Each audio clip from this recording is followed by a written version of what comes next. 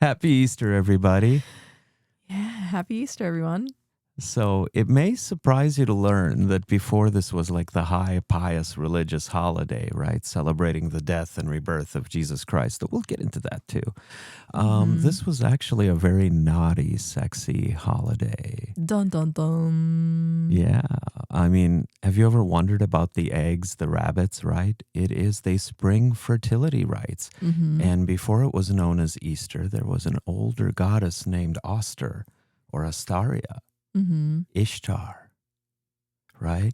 She has many names from many cultures, but she is the goddess of love and fertility, and in some cultures, even the goddess of war, to balance the two, right? Yep. Which is where the tradition of Venus actually comes from.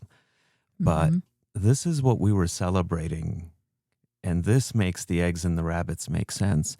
And we're gonna get into the history of how this all came to be, you guys, and reveal what they don't want you to know about Easter.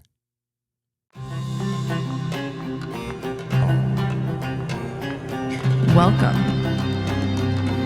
to a new paradigm, a new way of being, free from shame, self-limitation, or cultural programming. Welcome to a new you, a new world, full of endless possibilities. Welcome to your Tantric awakening.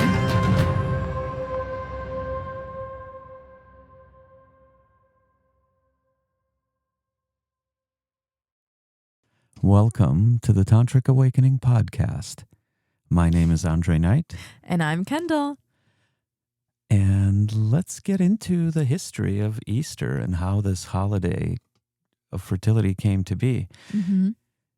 Easter, Ostara, Ishtar, right? These are many names for the same goddess from cultures all over the ancient world, cultures like Sumer, Babylon, right? Things that really predate even Israel and Judea, you know. And you may recall the story of Jezebel, right? She's kind of listed as a not so nice person, one of the evil characters. Jezebel was the princess of a land called Tyre, nearby Jerusalem. Her father offered her in marriage to the son of the king of Jerusalem, who was Ahab. And when she came over, she noticed that a lot of the temples of Ostara were being torn down, the temples of the goddess, to be replaced by temples of the god, Yahweh. This was when like the cult of Yahweh was starting to spread.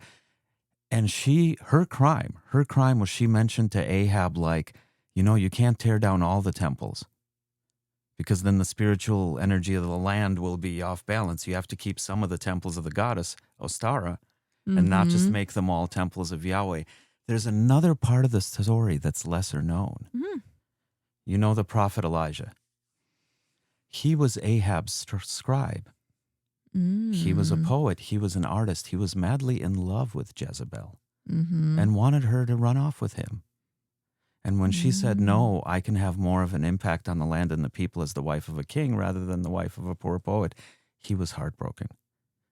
So tearing down the temples of the goddess, replacing them with the temples of the god, it was actually personal for him.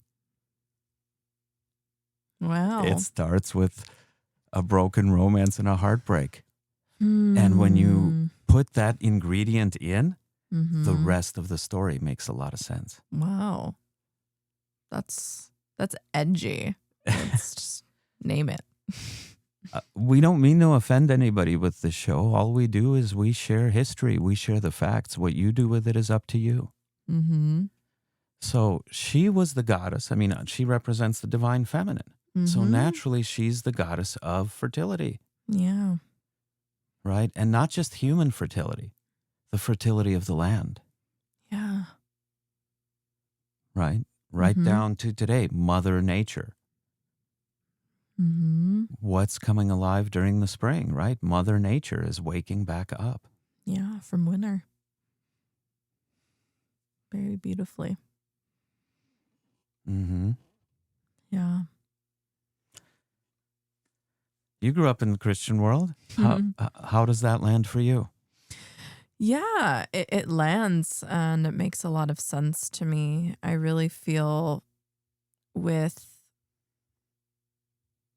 just even hearing about the balance of the land and how this relates to God versus goddess is pretty profound, because more than ever, I feel it's important to really honor the divinity of feminine energy and masculine energy coming together in union. And yeah, it's really powerful. And I'm excited to discuss further about the goddess, and not only just the goddess, but how this relates in ways to what I grew up with, and then also how it's translated into our world together. Well, let's continue the story. Yeah, I'm curious. Easter was officially made a holiday by the Roman Emperor Constantine. Mm-hmm. Now, you might recall the story of Constantine, right? He was the Roman emperor. You have to remember that from the time of the execution of Jesus Christ at the hands of the Romans, let's not forget, 300 years had passed till Constantine's time. And during this time, the Christian faith was persecuted. Right. You know, you could be burned at the stake. You could be fed to lions. Early Christians worshipped in catacombs and tombs just so they could worship in secret. Mm-hmm. You know, they were hunted during this time. Mm-hmm. Constantine's time was rife with civil wars. There was a lot of disagreement in the land, and he saw he needed to consolidate his power. He saw his grip on power weakening. Mm-hmm. Okay? And he was frustrated. 300 years we've been killing these people, and they won't go away. Right. And they're causing division. What do we do? Let's make it the state religion instead of fighting it, right? Let's make it the state religion, but let's make sure everybody worships it our way. So he calls the Council of Nicaea, this was 325 AD, calls the leading bishops of the land, and he says, let's write the official doctrine that is the right way to practice this faith that everybody should worship. And here's the kicker.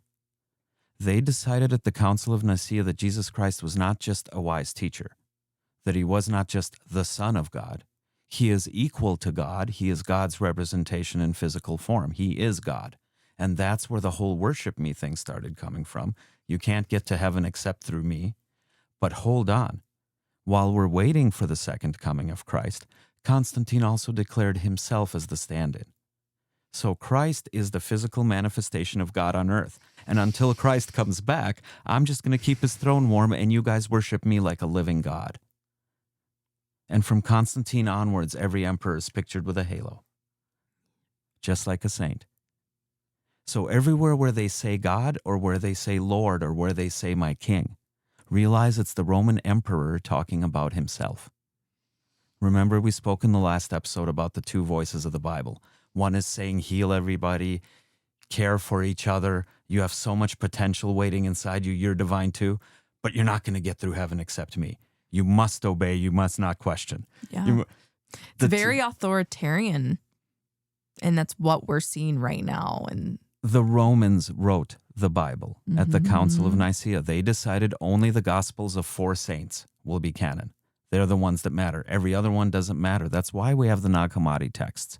That's why we have the Dead Sea Scrolls, other Gospels buried in jars, because people were trying to preserve them through the persecution, through the book burning of the day, right? The rewriting of the institutions. What is for the state? What is American? I mean, Roman enough, right? Sorry, it's all the columns they put in front of the Capitol buildings. I sometimes get it mixed up. But like... Love the passion. Bring it. Bring it. I mean, this is it. This is one of the biggest mind fucks in history. We are the divine. Worship us. Don't question us. Mm-hmm. What a way to consolidate power. So the Bible tells us Jesus inspired Constantine, so Constantine converted and became Christian. No, Constantine saw an opportunity and converted Christianity to suit his needs. And this was the man who created well. Easter. Oh, he did one more thing that's really profound. He made the cross the symbol of Christianity. You might not even question it twice. Oh, cross. Yeah, of course. What was the cross again? This was the method of execution, right? Was where Jesus died. Okay? So you're all running around wearing the method of his execution over your hearts, literally crossing your heart. And when you meet each other, naturally the eyes fall to the heart chakra, right? So the first thing you're seeing when you greet each other is a reminder of him being executed. Get it? Obey, or this will happen to you. How did the method of execution become the symbol for the religion? Picture this for a moment. What if in modern day America we started wearing like electric chair lockets? Or maybe hanging nooses? Like, you would think that's kind of weird and morbid, right? But a cross, which is nothing more than a method of execution, is, you don't even think twice, right? Or crossing your heart, crossing off its energy, right?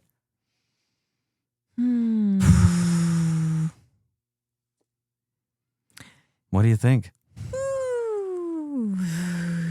Yeah. I mean, even in an article that I was just reading of, I think it was very much connected to as a way to not get executed, you wear the symbol of the cross. Like, that's how the cross began to spread. That's how you symbolize that you're a devout follower. Devout. It's like a brand. It's a brand. Like, I'm aware of the cross. I'm aware of the consequences. I've been indoctrinated. Oh, yeah. Yeah, I've been there. I mean, I've had cross earrings. I've necklaces, and that's a mind opener. It will crack you open. Nazi Germany was sometimes called the Third Reich. Reich in German means empire, the Third Empire. Haven't you ever wondered what the First Empire was? Who created our calendar? Who created our holidays, our holy days? Who wrote the Bible? The Romans at the Council of Nicaea wrote the Bible in 325 AD. They decided what was canon and what was to be thrown out. Let me repeat that. The people who murdered Jesus wrote the Bible that is the final say on what he said. Let the enormity of that sink in. Yeah, I think for the majority of Christians, at least this is how I learned it. It's like Jesus was in the position of wanting to obey his Father in heaven. And though he didn't, he contended for himself in the Garden of Gethsemane, he ended up, walking the walk and making himself the sacrifice for all mankind. Like, that's what I learned. And I've actually been to this garden, and I've walked the walk, and knowing the actual history. Here's the thing, like, I've been in ministry school. I've gone to the Holy Land. I trained. I read the Bible so much. Like, learning about this with you, alongside you, has been quite extraordinary to recognize, because so much of what the Bible that I was taught is like, the truth will set you free. Well, the truth has set me free. And this truth is very profound, because when you understand of like these terms, or like how these holidays were shifted over time, it puts everything into perspective. And I really believe it's relevant to the times right now with what we're seeing through, the political space, people rising, using their voices more than ever, the rise of just seeking wisdom and truth more than ever before, and awakening. It's this season right now. We need to rise. Yeah. Because history tells us what happens otherwise. Hopefully we've learned from our mistakes, and this time will be different.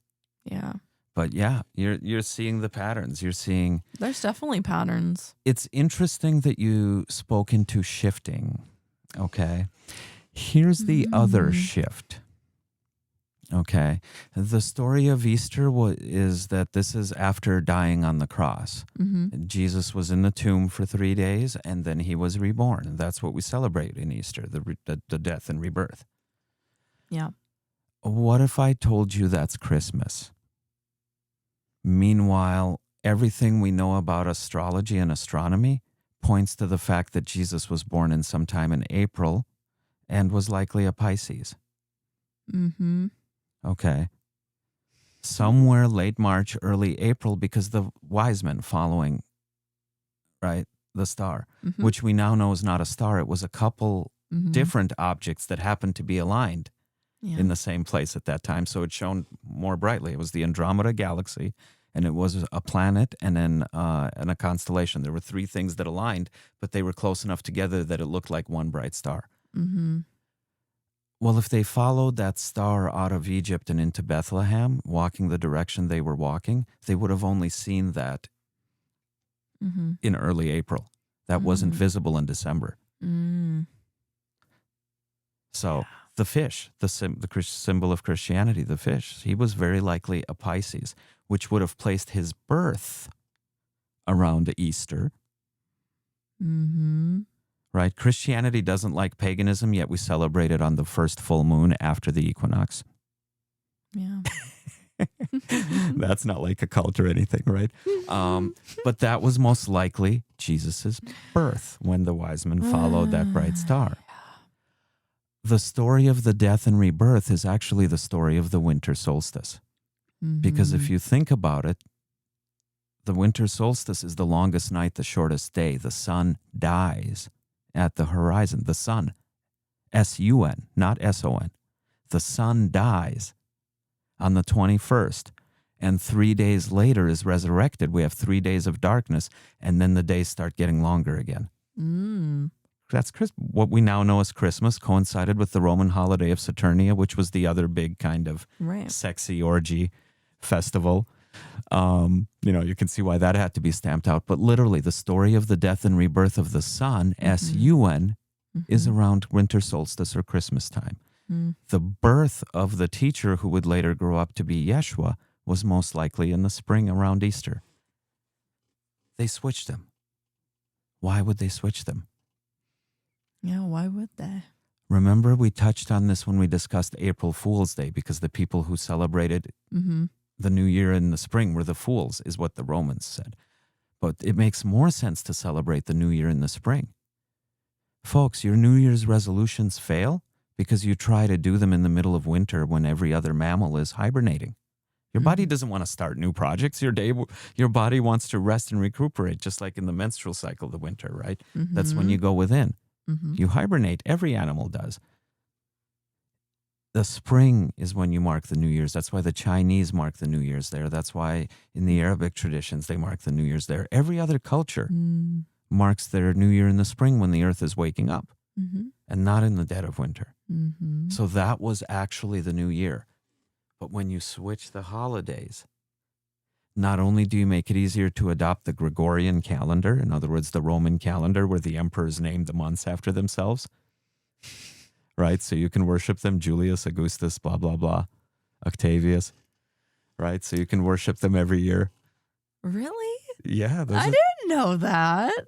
That's more narcissistic Roman emperor shit, just ways to be worshipped. It's just like the womb and all the like fallopian tubes, ovaries, all these names. 12 months. Do you know why we have a leap year? 12 months and every other month is 30 days or 31 days. Every 4 years you have to make an adjustment because it's not an accurate system. If you follow the moon, the menstrual cycle, this is why 13 is the number of the divine feminine. 28-day months, every month the same length, following the cycle of the moon. You have exactly 13 months and you don't need a leap year. Yeah. The masculine religions replacing the feminine wisdoms. 13-month calendar. That's why the old zodiac has a 13th zodiac. 𝗷𝗚𝗪𝗔, the serpent god, right? The serpent. The 13th zodiac. I'm learning something live. Do you see what the Romans are Love it. consistently writing out? Right. It's the temples of Ostara being stamped out by the cult of Yahweh. It continues throughout history.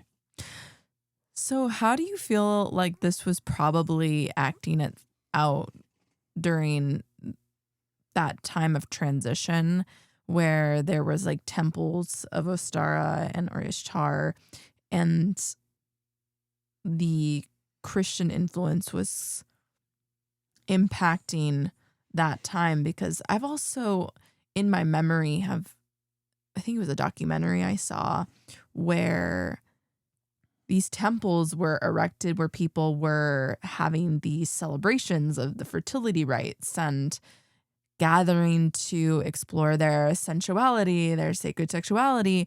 And then there would be Christians coming to those temples to essentially, influence and bring about, quote unquote, their form of morality. So I'm just like curious if you ever like thought about that or Well, what we know from some of the surviving historical accounts, a good number of these Christian priests would frequent these temples because really behind the scenes, because they were forbidden from publicly having any sort of sex life, right? Really? So they would go in secret, but yeah. And then you see, you talk of transition, it was more like they raped and murdered the priestesses and they burned the temples down. Like it wasn't pretty, it was violent. You think so? We know so from history. Wow. Like Elijah wasn't reading poems, he was leading armies like militias and so sad. Yeah. Like most conquests, yeah, it was, brutal and bloody, actually.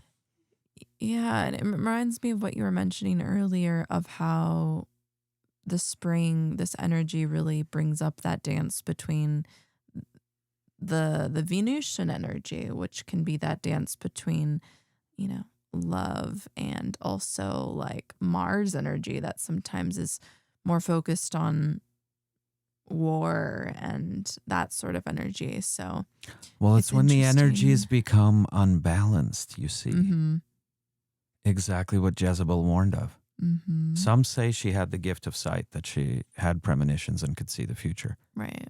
Most women who could see the future didn't end well in history, right? I'm thinking of like Cassandra being dragged through the streets for her prophecies. Like that wasn't liked. That wasn't liked. They didn't like to hear what they were hearing. Yeah. And yet these empires fell, so maybe they should have listened to these women. I mean, even Julius Caesar, if he would have listened to Cleopatra and not gone to the Senate that day, right? Do you feel like these people were psychic, like very That's what tapped I'm saying. into these spiritual gifts? That's what I'm saying. She saw that Rome would fall unless the energies were balanced. Yeah. That's what these temples did. They made sure the energies were balanced. They weren't just for frolicking and for celebration. The celebration was actually part of the ceremony. It elevated people's energy. Joy elevates people's energy. They balanced the energy of the city where there were often wars and political disagreements and this. They radiated love. They radiated joy, that kind of childlike even. It inspires me to create more of these for... They encouraged people to play. Tantric awakening, yeah. Yeah. Well, it's also this whole energy of the temple is the body, and also like when you are in temple that has both energies, like balances the divine feminine and divine masculine. Like there's so much power in that, in the strength and love. And I think that's why, in a way, when I was formerly a Christian and going to church, like I did feel the imbalance, and that imbalance is what guided me out the door, because the more I awakened to my divine feminine, my sensuality, my sexuality, the more I recognized how I was also challenging the energy of that like authoritarian energy that was being given off by some pastors. And I realized that you felt an inherent aversion to it. That was your body speaking to you. That was your intuition guiding you. And I trusted it and I followed it. Good. I mean, I was literally in church service and I would have women come to me literally to talk about anything from their wanting to heal their womb space. Literally, I remember having a woman come to me because she had cysts in her womb and she knew I was very passionate about the womb and really was connected to it. And I remember literally just sending good energy to her and just really like energy healing, right? And I remember her expressing like feeling relieved that the cyst ended up dissolving. And then I had another woman who literally expressed, wanting to be able to perhaps I'm pretty sure she mentioned wanting to have a baby perhaps in the future, but her fallopian tubes weren't working properly. And so I encouraged her. She asked me deeper questions. And then I remember her giving me a testimony of like, wow, like, I don't know, but I'm feeling pretty good down like in my womb. And I actually went to the doctor and they said, that my womb is doing much better. And so, yeah, I just started to see within myself, because I was tapping into the womb power, tapping into the womb conversation, that I was feeling inspired to bring this information to women in the temple, essentially the church. And in the same dialogue, I can remember this specific day in church where I had like 6 women around me. And one woman was telling me about her fallopian tubes and how she was so grateful for for being able to connect with me. And then this other woman mentioning to me how she left the play party scene and she was, she had really going away from sexuality, but it was just like this interesting energy of awareness of like, what's wrong with sexuality from one end. And then this woman's like connected to her womb, which is essentially you're connecting and opening your energy around sacred sexuality, right? Because we all come from a sexual act, which is powerful. Unless you have, IVF, but still, it's someone had to, ejaculate in order for that semen to come out, and so. Well, kind of that scene where the stoning and Jesus says, "He who is not guilty cast the first stone." Mm-hmm. He who is not born of a woman's vagina, you can criticize sexuality. But like the rest of us would be hypocrites if we did. It's where we all come from. That's why these desires and urges are so ingrained in us. Yeah. And there's nothing wrong with that. That's what spring teaches us. Yeah. I feel it's a very great time right now to soften and remember your humanity. And that's a very much big part of my mission. I feel like our mission is like humanizing the human experience and everything that we've been talking about, even from understanding holidays or understanding the seasons of life. It reminds me of the difference between moving with water or moving against water. It's like the flow. Are you flowing with life seasons? Are you flowing with the cycle, not your own cycle, or the people in your life flowing with what cycle, essentially? And that's the question. Like, what cycle are you flowing with? Because that's a distinguishing energy I feel that's being presented right now is, are you flowing with your own voice, with your own internal compass, with what you are rewriting in your story, for example, or are you flowing with what has been fed to you? Like what the matrix conditioning has fed to you. Because I remember when I learned a lot about these things from when I started tracking my cycle. I remember being like, why am I really doing this? But I remember feeling the call, and I felt the call, and it makes so much sense now because I do follow the moon very intimately to the point where I bleed or I bleed or ovulate on a full or a new moon. It's that intimate, and that's what we're meant to be, that intimate with nature. And most women who start tracking these things end up aligning with one or the other. Mm-hmm. It's so awesome. I feel so magical. Naturally. Yeah. Again, Easter is celebrated on the first full moon after the equinox, after the balance of day and night, sun and moon, masculine, feminine energies. The first full moon after that, I mean, they're tracking menstrual cycles to figure out when they're the most fertile. When they're ovulating, the first full moon after the equinox.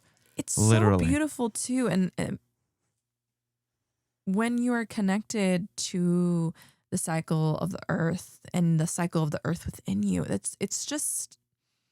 How did your life It's change magical. once you started tracking your cycle? What changes did you notice internally and externally?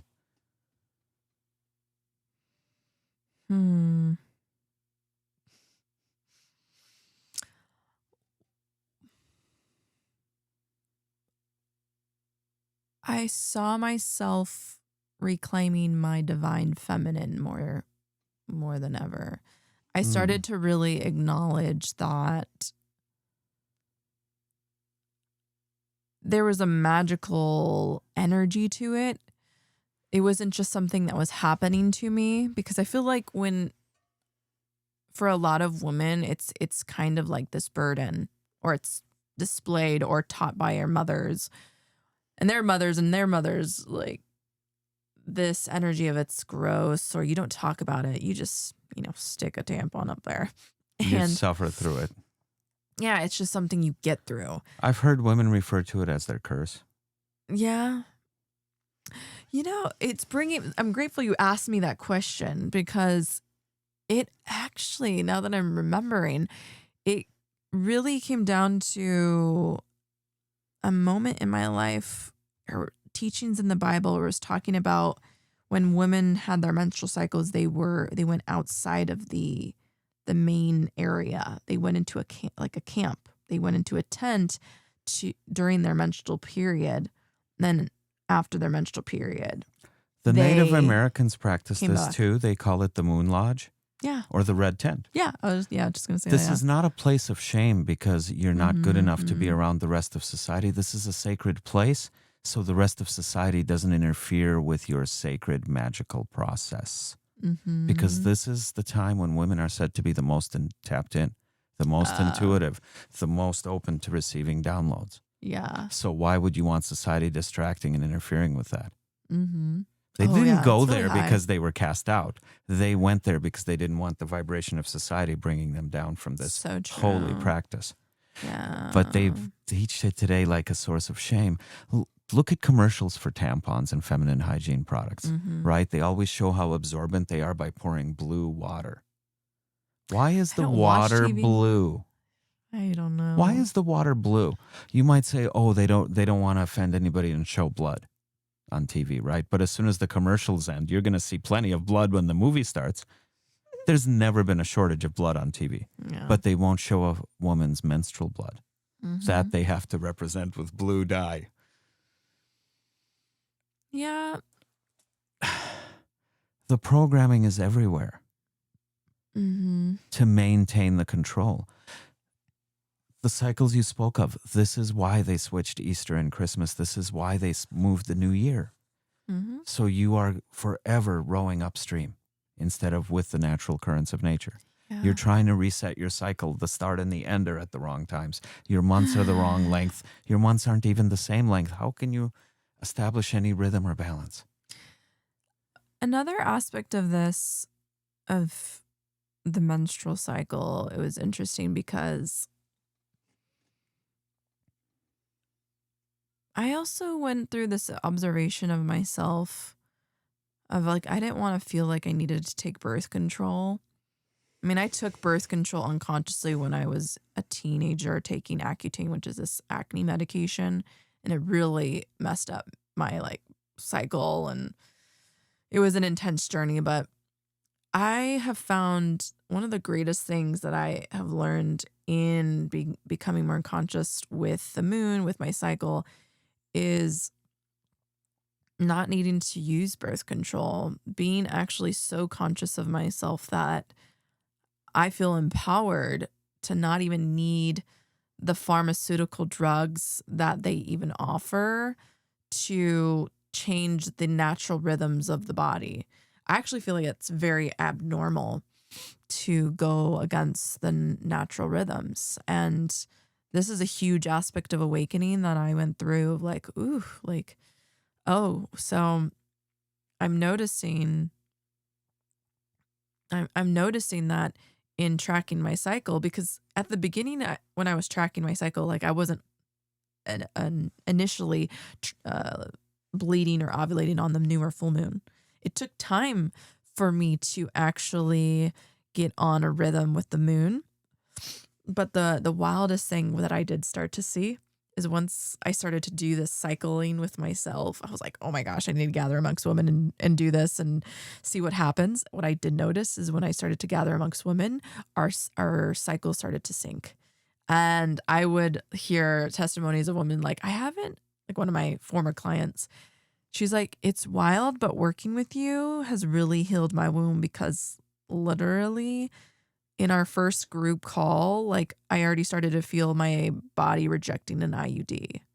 And she actually told me, like, the moment in that process of being in sisterhood with you and other women, you leading, my body rejected it and my creativity started to skyrocket because my body actually rejected something that was like a foreign object.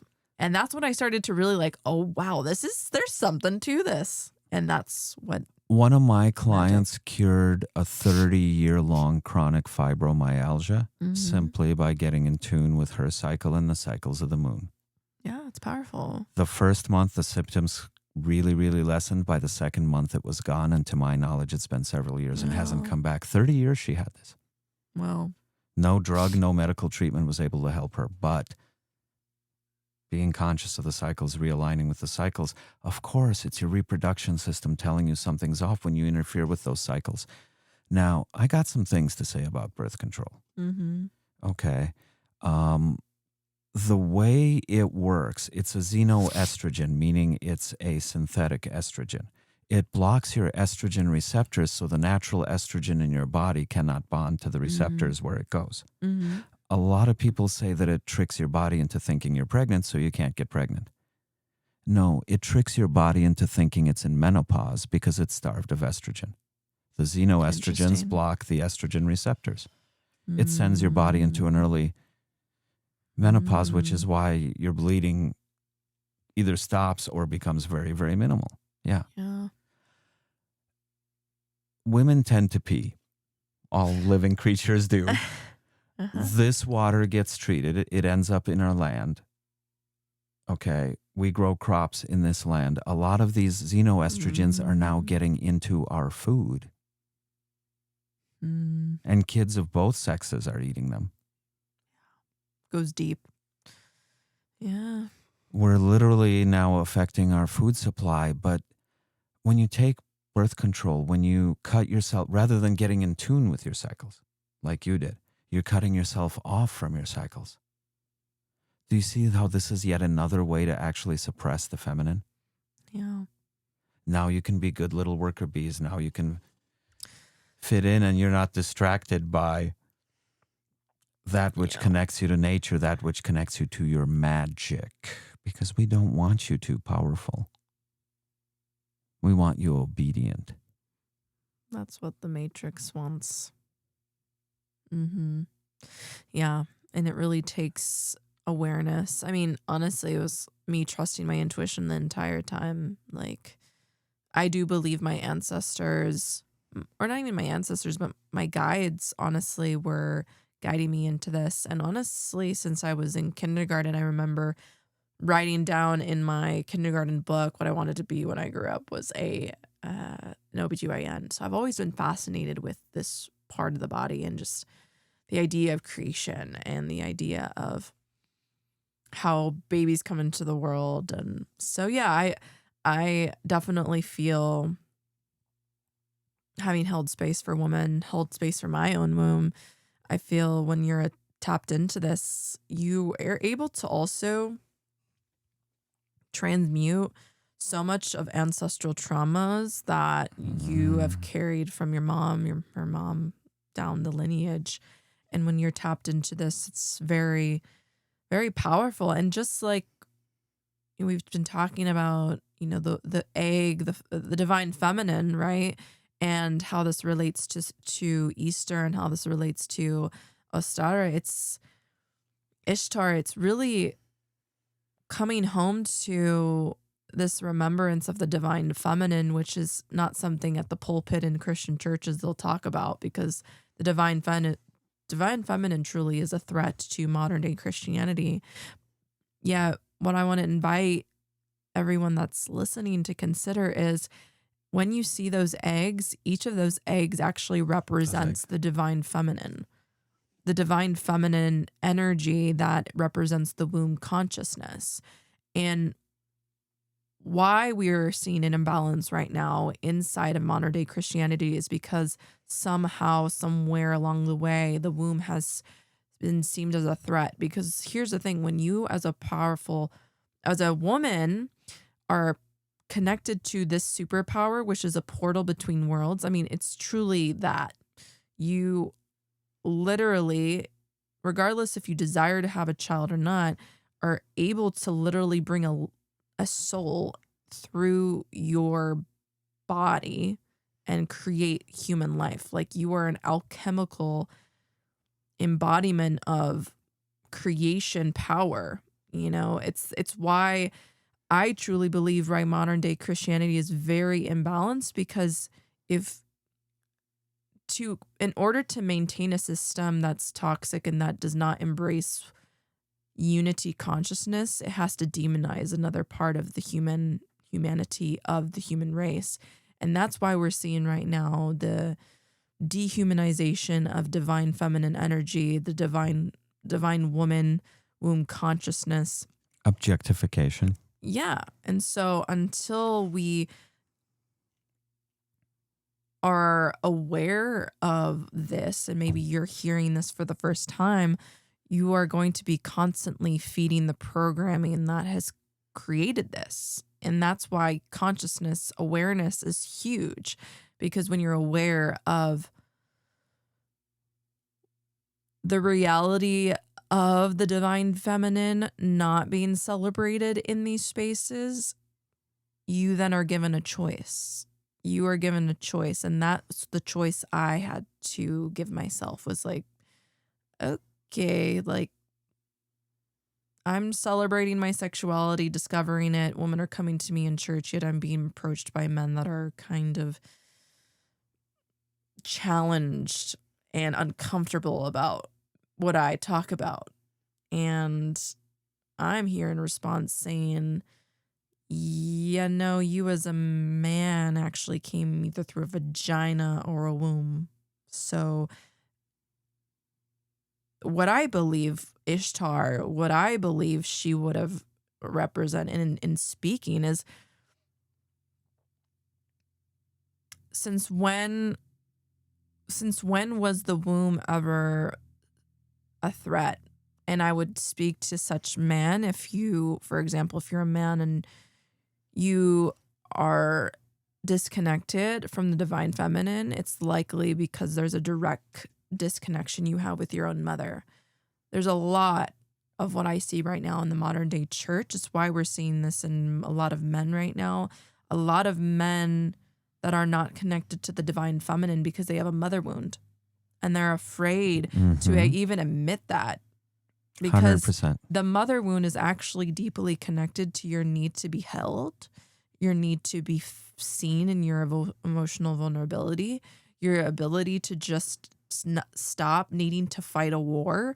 The reason why there's that dance between Venus and Mars when it comes to love is because people have gotten into that energy of Mars, which is needing to fight for love. And that's where so many people, especially men in relationship to the divine feminine, have really felt like they need to prove themselves to receive love. And it doesn't have to be that way. I think about these temples. I think about temples we've hosted, and I think about the energy of embodied union, embodied love is you being able to just walk into a space and feel it so deeply that it touches you. It actually heals you because you're able to feel the vulnerability of being a human.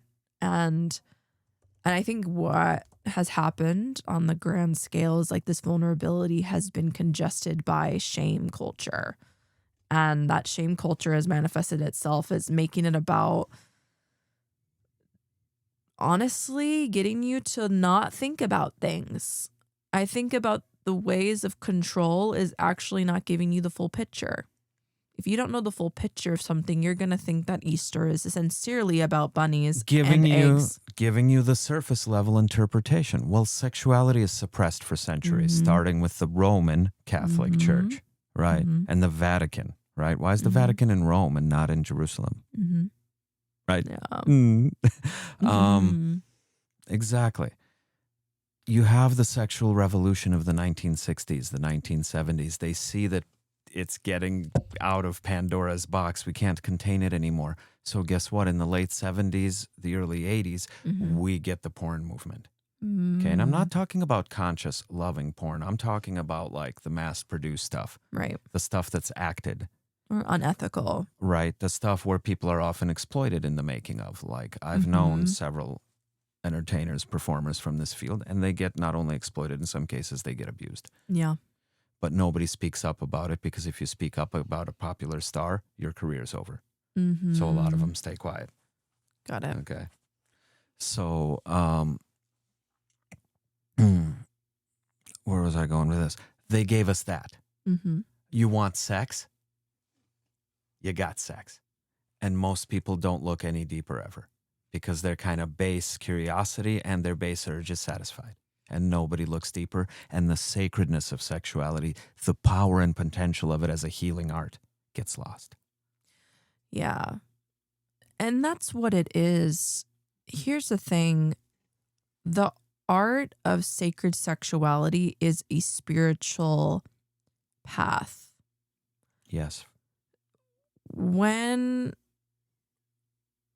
we as souls are not given full permission to explore our humanity, that's when we start to betray ourselves. And self-betrayal is very subtle, but when you start to betray your own natural humanity, and yes, I'm talking about your hormonal shifts that you go through, it leads to this like breeding ground of shame. It leads to this breeding ground of judgment, especially judging others around their sacred sexuality. It's what has perpetuated what we see right now of really labeling, for example, the LGBTQ plus community as inhumane or somehow they're doing something wrong, when the reality is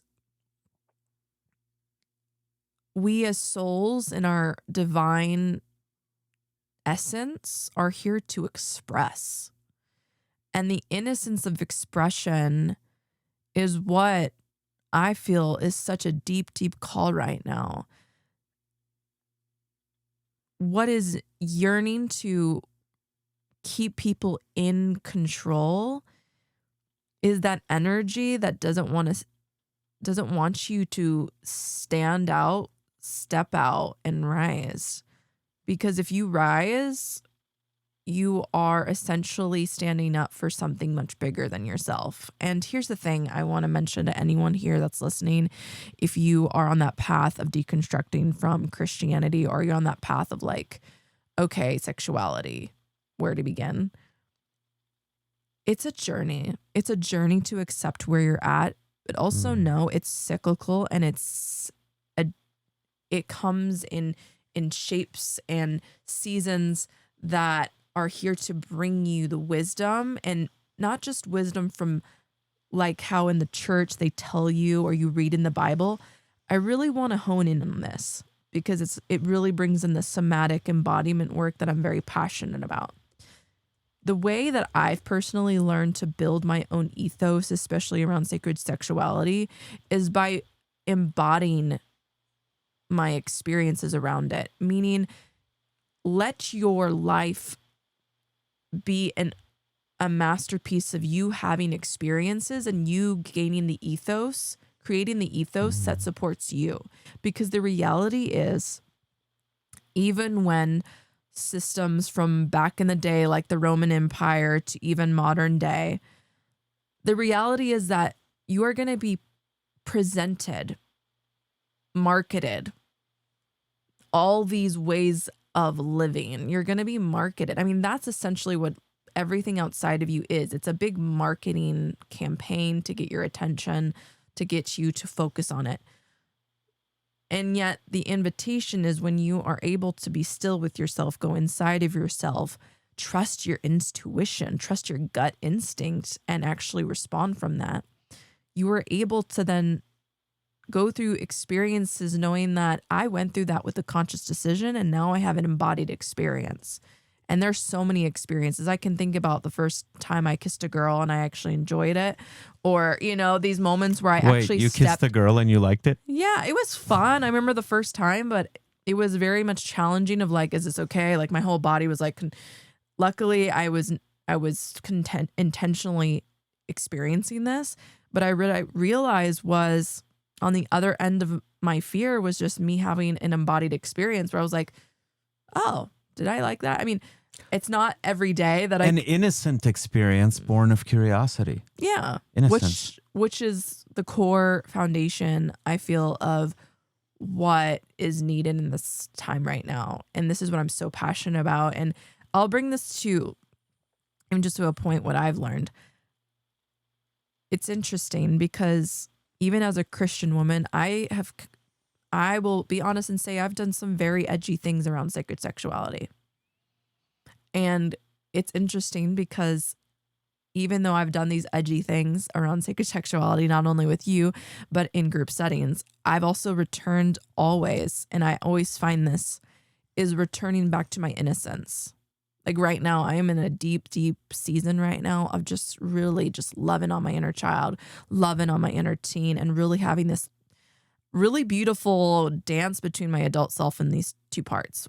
And why I bring this to the attention of all of you listening is because, like we were talking about, life is cyclical, and also it's remembering what fuels sacred sexuality, what fuels Mother Earth to rebirth, to bring fertility, to bring and sprout new creations, is knowing and believing that when you take time to rest, to digest, to go through all these seasons, and you take time for yourself, you take time to love yourself, Mother Earth wants to give back to you with her abundant harvest. She wants to give back to you with the abundance of food, of wealth, of love in all forms. You know, it's not confined. I mean, it's not confined to a box. And that's why I love this time right now, and just even reminding myself of looking outside my windows every morning. I get to see grass. I get to see everything that's been under the earth waiting to be sprouted. I see the goats, you know, grazing the land and enjoying the land. I get to see this so close and intimately. And I'm reminded that everything is as it should be. And we get to relax. There's a softening in the feminine. There's a softening in Mother Earth. And yeah, and this is very contradictory, I would say, to what the Matrix will try to feed you, or what the church will try to feed you, which is you disconnecting from this reality of the earth and finding finding God in literally looking at grass, or looking at a tree, or looking at goats. Like literally earlier today, I just called on the goats. I was like, hey, goats. And they all looked at me, and I was like, that's pretty cool. Like, we're all connected. They're eating just as much as I just ate. You know, there's just a beautiful symbiotic relationship. Well, how do you worship a creator? You recognize it. The creation. by loving the creation, by seeing the divine in the creation. Well, I see myself in the goats because I'm a sun Capricorn in astrology. So I'm like, I see myself in you, and it's cool because I have a stellium, and there's like there's 10 goats outside every morning. The ultimate worship is not seeing yourself separate from. Yeah, I don't see separation. You know, you touched on a few things here that are important. Backing up to this whole idea of having to prove yourself, like the masculine became about burying your emotions, as if emotions are a sign of weakness, being strong, this bravado, being demonstrative in front of the world and in front of your woman, right? Versus the softening. Bringing your masculine and your feminine into balance, the softening. I remember there was a podcast from Vancouver where this is legal with a sex worker being interviewed. And they said, what's the one thing that's like surprising about your line of work that might surprise our listeners? She's like, how many times I spend the day getting ready, putting my makeup on, putting perfume on my body, picking out just the right outfit, really preparing myself physically and mentally for having sex all night because I love it. That's why I do this sort of work.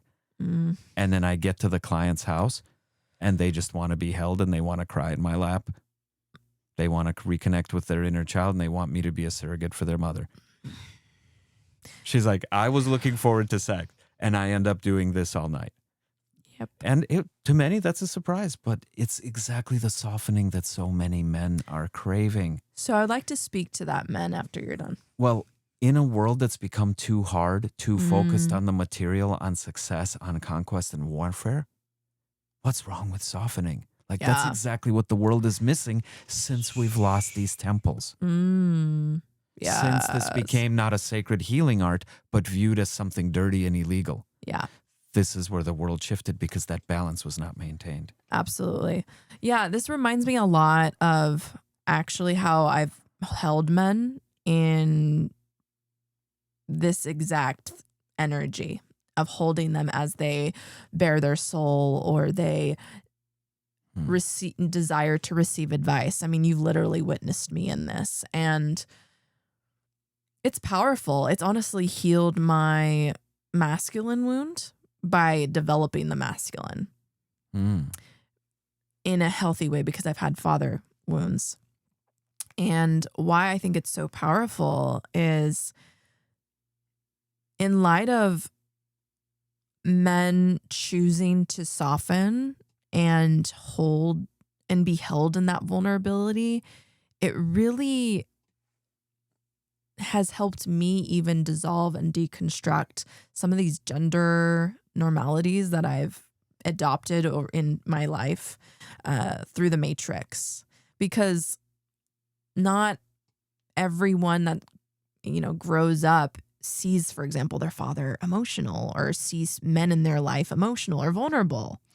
And I know for me, in seeing vulnerability in men, I've seen vulnerability in you. I mean, I can even remember there's been times where I've been actually triggered in your vulnerability because it was such a new experience for me. Yet what it presented in me was the opportunity to just also be in my masculine and learn, oh, like, what does it mean to actually hold space for that could be the divine feminine in you?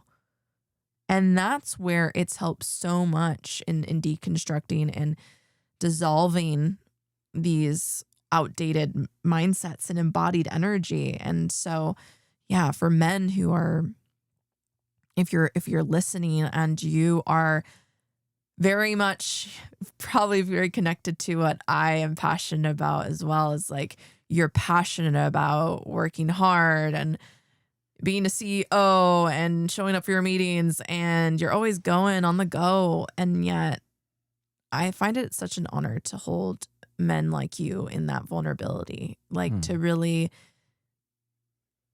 hold that space. I mean, I can think of times when I've held men in hot tubs, literally, and where they've held me in hot tubs and like just being able to surrender and allow themselves to be held and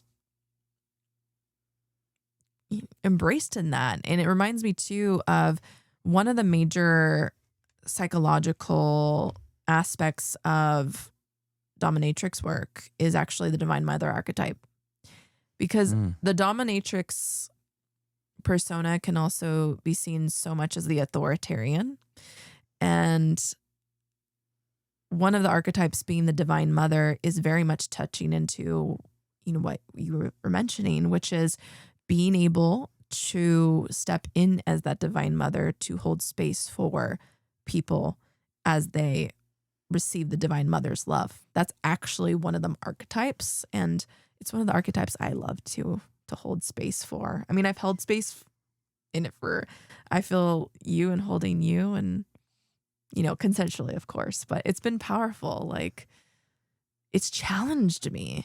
It's challenged me because it's made me realize, like, we're all emotional creatures. We all need to be held. And we're all starved for touch and a hug and a cuddle. We need a cuddle just to even be caressed or rocked. I think you did that once for me, and you did in our moments together, and you cradling me and even just like humming. I know you hummed over my womb every time you like do a breast massage, and I find it so beautiful. I'm like, wow, my lover understands the Divine Mother. Like, I've literally said that to you. Like, you've literally been a great example of Divine Mother energy. And that's something that I desire for men out there. Like, you don't have to be like like, I got it together. Like, sometimes breaking down and letting women hold space for you. And that's another thing for women. Embodied divine feminine is also not going to emasculate men who are vulnerable. They'll be like celebrating, like, yes, what are you feeling? You know, like, tell me more.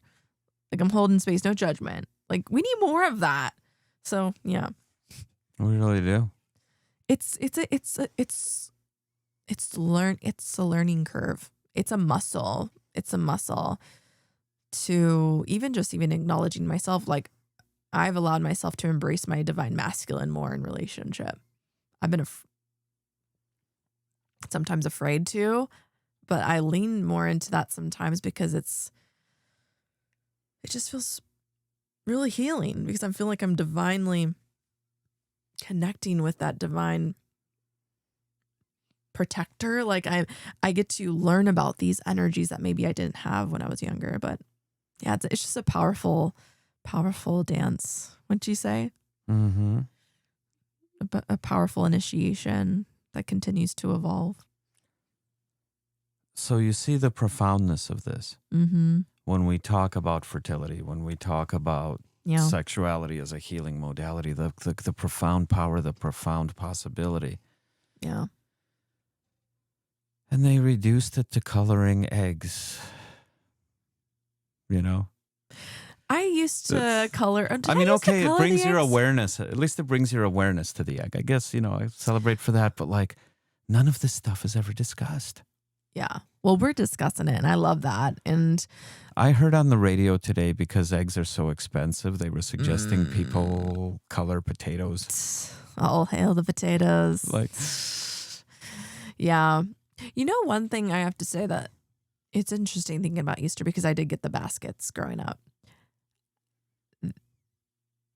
There were probably a few times where during the Easter egg hunts in the backyard, I think there was money in them. Mm-hmm. More so probably chocolate. But yeah, there's kind of some fun and play. There's like positive aspects. I'm not going to lie. Like, so if you're running around hunting, trying to find the egg, that makes you the sperm? Person? Oh my gosh. Do you see what you're reenacting? Fertility rites, the fertility rites of spring. I guess you can look at it from so many angles. That's why it's interesting. Like, we talked about the womb today. We talked about everything from, it's a very layered conversation, and as it should be. And this is why I'm so passionate about, in the world of priestess, in the world of womb embodiment. Like, when you're connected to these mysteries and understand these mysteries that have been essentially like hidden, it's just powerful. So yeah, feel free to share this episode with someone you know. It's powerful. That's why I got this, honestly, when I got this egg, when did I get it? Like probably 2 years ago. I just decided to buy this on Amazon. I love it because you open it and it reminds me, I've used it in burlesque dances ceremonies and just in temple ceremonies. And I love the idea of it representing the womb, and just when it's open, you're able to plant intentions in it and close it and seal them up. It's powerful. Didn't you say this is related to your crest or something? Well, this is a Russian 𝗏𝗏 egg. It's what the Russian emperors did. Were collecting, yeah. I love particularly the Romanovs. Yeah. Which is connected. That's my middle name. Yeah. Yeah. It's powerful. So it was interesting how you found that, not knowing the history, but I love what it means for you. The egg also represents the to red egg, me, to no less. Yeah. Well, the egg, another thing about womb practice. There's a practice in utilizing jade eggs, yoni eggs as well. This is something that initiated me on the journey years and years ago, was purchasing a yoni egg. And a yoni egg is essentially the size of an egg, and it is helpful for helping your womb become stronger, helps you release energies maybe that are no longer serving you. Because when you are working with crystals, which these eggs are made of crystals of different kinds, you're able to connect with the properties of those crystals, and therefore when you put them into your yoni, you're able to start to really work with those energies. And when I started doing that years ago, it was really powerful because I was able to become more present and conscious of my yoni, because it's more than just, when you put a tampon in, for the ladies there, when you put a tampon in, you put it in there and you don't really feel it for the most part. It's kind of just in there. The thing about a yoni egg is you do feel it, and you can even like squeeze your yoni area to kind of tighten the energy, or tighten the womb around there, around the egg. So it can be a way to essentially kind of like do Kegels and strengthen that area and make your pleasurable times more pleasurable. So it's powerful. It does that. And also it's been shown women who regularly strengthen their pelvic floor, they have less painful childbirth. Yeah. They have less damage and faster recovery from childbirth. They tend to have menopause later. They tend to have lower symptoms when they go through menopause. Love that. Some of the complications around menopause where the bladder can drop, things like that, the uterus, none of that. Like, you can maintain a healthy body well into old age if you just maintain the pelvic floor, because if you think about it, it's where the spine meets the hips. It's like, it's so critical to everything from walking to dancing to like, it's really beautiful. It's a very beautiful meditative practice where you bring more intention to it. And I will also say too, I'm an affiliate with the Yoni Pleasure Palace. You could just go to my Instagram. Well, we'll drop a link in the show notes for you guys. Yeah, and you could use the code MOVE with Yoni. And for those that don't know, by the way, Yoni is the Sanskrit word for vagina. Yay. Yeah. Much more spiritual, loving term. Vagina, actually, I have to say, I don't use vagina very much. Good. Not ever since you educated me about it. Well, vagina is Latin for sheath or covering for a sword. Yeah. See, when you know the words, that's the whole thing about, like, we're huge on words, deconstructing words. There's Pussy tends to offend people. Yeah, oh my God, I said it on air. Pussy power, yeah. Tends to offend people. It simply means center of pleasure. My goodness. What a terrible word. But we're perfectly fine with calling it covering for a sword. Right, when you look at it deeper. I like yoni. It's both playful, innocent, and celebratory, and there's like a sacredness to it. Yoni, by the way, means sacred portal. See? Sacred entrance to the temple or sacred entrance to the cosmos. The two words are interchangeable, temple and cosmos. Yeah. Also, In I want to Sanskrit. mention, because around this time, you're going to be feeling a lot of energy around fertility and sacred sexuality. I just want to plug in here. Like, speaking of portal, for all the women here who have a womb, yoni, I would also encourage you, like, be mindful of who you're allowing into your temple. Like, this is your temple. This is your sacred home for your creativity, for your money, for your emotions. So just, mindful plug in, woman to woman. Just really be mindful about your womb. And if you haven't already started on this journey, I really encourage you to do so, because if you are yearning to become more awakened, more powerful, more tapped in, turned on, more wealthy, more orgasmic, more of a walking embodiment of orgasmic energy, it comes down to knowing your body, taking care of your body, knowing your boundaries, knowing your worth, knowing that not everyone deserves to be inside of your portal. Your portal will definitely activate anyone that comes in there, but it's also taking care of you at the end of the day. It's taking care of you. You are the steward of that part of you. And if you just let some unconscious cock that's not honoring the divine feminine, doesn't care about your menstrual cycle, controls you, puts you down, doesn't make you feel safe, like, that energy is going into you. That energy is being pushed into your yoni, into your hip region. And if you have hip problems, or you feel like there's, maybe excess energy and fat around that area, likely your body's trying to protect you. So, well, it's exactly protection. yeah, I know, because I've experienced in the world of psychology, when you're dealing with like really extreme clinical obesity, very rarely is it a food issue. It actually turns out to be a sexual issue or some other. It's protection. It's absolutely protection. It's creating insulation between you and the outside world. You nailed it.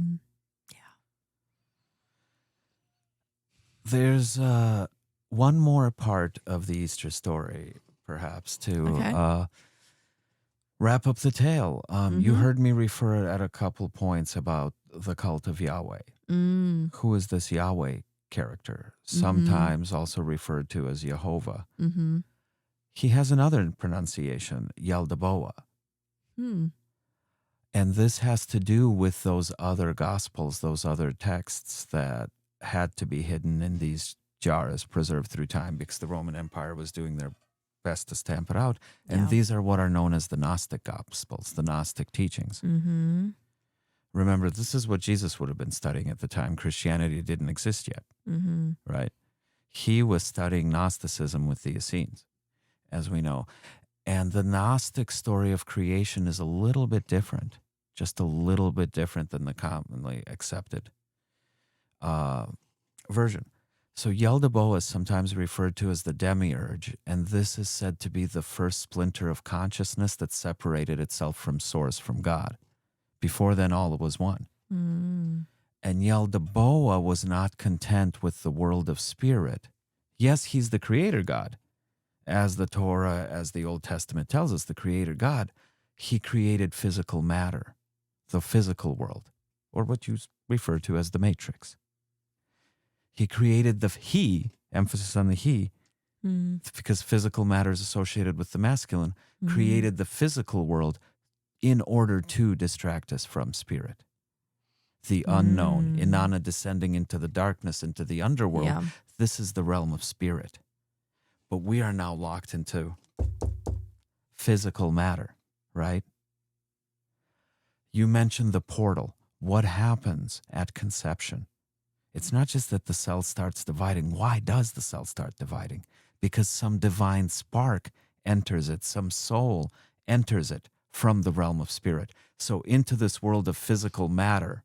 Do you see why the patriarchy, the masculine cult, feared the feminine so much? Because this is where spirit re-enters the physical world. And the illusion, the Eastern cultures call this Maya, the world of illusion. This is where the spell of 𝗿𝗘𝗩𝗲 starts to become undone. The first spirit entering into the physical world. The problem is kids who are off daydreaming in their fantasy world, we teach them to stop it, to pay attention, learn this stuff they indoctrinate you with in school, which is just creating good workers, right? The modern school system, right, was an invention of Rockefeller. He funded the first school board. Yep. He wanted to create it not a nation of thinkers, but a nation of workers. So teach them reading, writing, and arithmetic. Don't teach them about spirituality. In Tibet, it's not just a fault of Western culture. In Tibet, when a lama dies, like you've heard about the Dalai Lama, when a lama dies, they go on a search to find their next incarnation, but they do their best to find them before their 5th birthday. Because they believe after that you start to forget everything you learned between death and birth. Everything you know of the spiritual world. So they try to get them young and preserve whatever it is. It's not the adults indoctrinating down to the children. It's the adults wanting to learn from the children before the children forget this stuff. You see?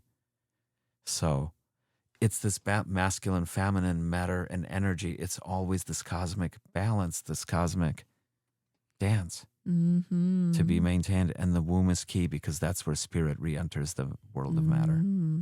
Powerful. So that's the third thing that's kind of like got lost through time, or maybe they don't want you to know about Easter, right? Yeah. This is powerful. There's powerful codes in this episode. This is very powerful. If I do say so myself. I mean, yeah. It's fun chatting with you once again, Divine Goddess. Yeah, I mean, it's just out of the overflow of just letting our souls express and spirit sharing what needed to be shared today. I'm just so thankful, like so grateful, because I can imagine, I could feel like people watching already is just like, what? Like you kind of touched on like, what is psychic powers? But that's essentially what you're talking about. You know, the ability to know thyself, connect to others on such a deep level. You don't even when you truly know thyself, when you know all that I am means, all that you are incapable of. Unstoppable. See ya. Yeah. It is wild. Know thyself, know from an embodied place. If you want to control a society, you cut them off from their own innate power. Yeah. If you want to change society, if you want to awaken society, what do? You make them aware of their innate power. You remind them of that which they've forgotten. Yeah. You're powerful. You are powerful. And if you've forgotten, we all forget to remember our power, to remember that you are a living expression of the universe. You are a living expression of possibility. Let me try this one on. What is it? You're not a drop in the ocean. You're the entire ocean in a single drop. Yes. How about you are God expressing itself through life? Here's the thing that blew my mind in leaving Christianity and then meeting you, is the profound awareness that you are the creator of your own reality, that you are the director. You are the director of your experience. And that, I know so many people, can be pretty scary, because if they really knew how powerful they were, you know, this whole world would be different. But here's the thing, I want to speak to that. Lean into the fear, because the fear is actually courage yearning to be expressed. If you're yearning to, for example, everything is literally an illusion. Everything is literally like a game. If you think about it, like life is but a dream. You are dreaming right now. I know it's hard to like fully take into that because if you look around, everything looks like solid things. But if you resonate with anything that we said, was like, oh my God, like what is that? It's because it's a vibration. There's an energy, a frequency. And if it moved you and you felt something in response to that, is because somewhere your future self, there's a voice inside of you. That future self is like, lean into that. And that is your instinct. That is the part of you that's human, that back before we had technology, back before we had all of the noise that can distract, we trusted our instinct. We entrusted ourselves. We knew ourselves so deeply to the point of, before there were words, before we had a language, I believe like the caveman, the Neanderthals, I know I have some Neanderthal in my ancestry. I think they just really looked at each other. They just, like they just like made some gestures and they knew. And that's honestly, that's kind of where I'm personally headed. I feel with like understanding and learning from you, wanting to know more about psychic powers. But it's that power of just, you know yourself. And when you know yourself, you end up being, and this is what I feel like you and I are, beloved, walking oracles. I mean, literally, you can ask Andre any question about any topic. He is literally like, reminds me of Carl Jung, but like in your own way. Like you were so knowledgeable, you were so aware, awakened. And what I love about it is I learn from him as much as we. No, we learn from each other, sweetheart. Yeah, I know, but it's just like, yeah. So thank you. You're all powerful. You are, it's a beautiful life. Even if we're in a chapter that's like, can be intense. Whatever chapter in your life you are, you, in a wild way, it's interesting to say, you as a soul chose to come into this life right now. You chose to incarnate, to learn the lessons during this time. I'll say it again. You as a soul came into this moment in time to learn the lessons you needed to learn. To go where, beloved? What's the goal of being here? Is there a goal? Is there a... You are the universe experiencing itself. So is it the vast multidimensionality that we're here to explore, maybe? Love, grief, all of it. Sadness, it's to experience anger. It. To experience it. Yeah. Thought exercise. Let's wrap up with this. This is a good way. We start with the cosmic egg, right? Let's go to the cosmic all. Thought exercise. Imagine for a moment you are God. I mean, you are God. You are divine. But imagine you are God. You are omnipotent. You are a part of everything. You know everything. There is nothing in existence that is separate from you. What's the one limitation of omnipotence? There's a built-in limitation in being everything. You can never experience yourself from outside of yourself. So you need to divide yourself up into billions and trillions of little tiny pieces and forget that you ever have done so and convince each one that they're in an individual so you can all study yourself and each other and experience the universe. You know what this reminds me so of?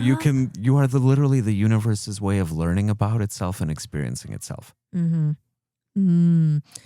know what why then with that knowledge would you cut yourself off from experience rather than seek to experience as much as possible? Fear of the unknown, limitation, sometimes your own, sometimes imposed by the outside, but self-sabotage because you trying to protect yourself. But here's the thing with the ego. It's like, put the ego aside, allow yourself to lead from the heart, come home to your heart, go through it. Go through whatever initiation you're part of. Ego serves a purpose. That purpose is protection, but ego is also what separates you from spirit, from that connection, that knowledge that you are all, that you're not separate from. The Maya, the great illusion, is known as the illusion of separation. Mm-hmm. Separate from each other, separate from yourself, separate from the universe. That is the great illusion, Yeah. but it is not the truth. Yeah. And all you can do in witnessing separation is, in the antidote, I feel like that, is just to come home deeper to yourself. If you feel separation, you experience betrayal, abandonment, grief around things from your past, like the best thing you can do for yourself is just union, inner union, because the more unified you are with yourself, that's where peace is. That's where the eye of the storm is. Peace, peace, peace. You will start to see outside yourself like outer union. You might attract your soulmate. You might. Well, you were never see... separate from. That was all an illusion. Oh, but I magnetized you with my womb. I was like, union. You know, it's I'm glad you did. Yeah, it's been the greatest initiation into love.